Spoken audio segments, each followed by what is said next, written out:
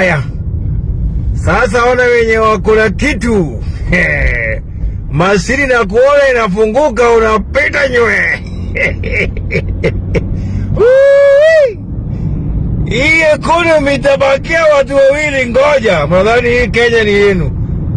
Hii economy mali imefika itakuja kubakia wenye wanafanya kazi kwa America Embassy na Wajaluo.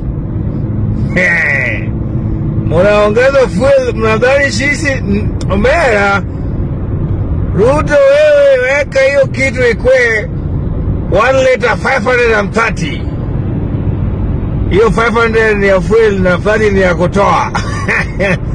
Sasa ona wananchi wa kawaida aye wakisi wako hapo kwa jamu. Unajua Mungu ni mzuri bwana. Wakisi wangepewa pesa ya kutumia expressway, atungepumua hii Kenya. Ati kwacha maneno wewe, kwacha niko expressway. Sasa ndio tusipigiwe kelele. Mungu amewanyima pesa, amewapatia hasira.